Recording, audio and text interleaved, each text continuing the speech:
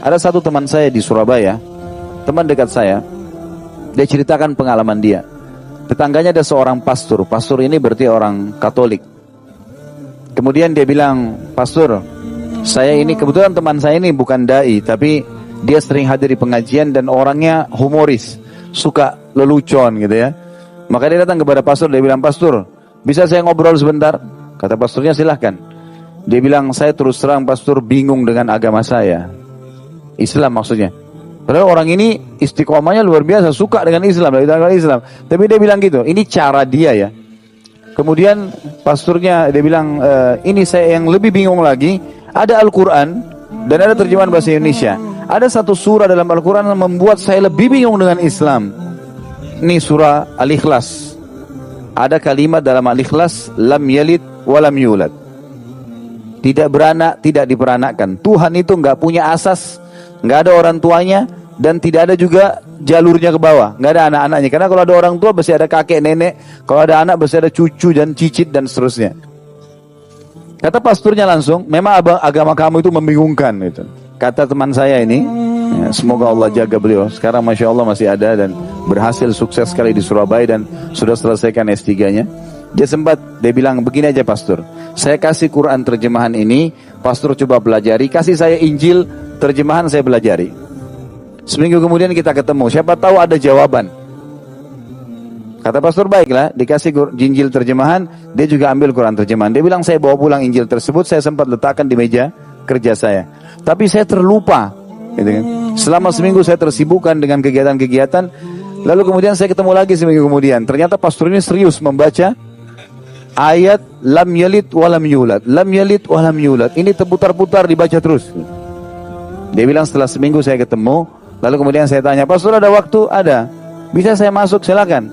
"Bagaimana pendapat pastor? Ada jawaban nggak yang kebingungan saya kemarin?" Pastornya bilang, "Kayaknya agama kamu yang benar deh." Gitu. Memang kayaknya Tuhan nggak boleh punya asas, nggak boleh punya bawah. Kalau Tuhan itu harus dia esa, gitu kan. Akhirnya sama teman saya diajak, kalau gitu syahadat aja pastor, masuk Islam di tangan dia. Sesuatu yang kadang-kadang tidak masuk di akal kita. Ada teman saya di Makassar kemarin, Syekh Ali Rimi dari Mekah, dan ada satu lagi Syekh Hamad dari wilayah Hail. Dua orang ini diutus oleh Saudi jadi dosen, satu di UIN, satu di UMI di Makassar. Saya sering kali kalau waktu berapa tahun lalu saya di Makassar, ini kisah sekitar mungkin 9-10 tahun yang lalu, saya telepon, sering kalau ada apa-apa saya beritakan, "Akhi kalau butuh apa-apa telepon saya saja." Dia bilang, "Baiklah." Satu waktu dia telepon saya, dia bilang, "Khalid coba kesini penting." Saya bilang, "Kenapa?"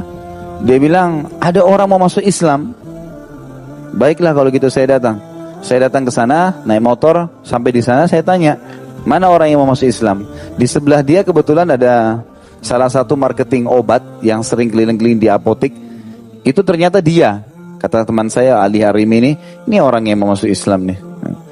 Saya tanya, Mas saya mau masuk Islam." Dia bilang, "Iya." "Kenapa Mas mau masuk Islam?"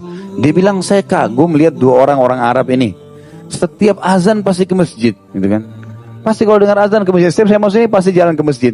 Waktu saya tanya, memang bisa bahasa Indonesia tapi terbata-bata. Waktu saya tanya kenapa, dia bilang ini perintah Tuhan.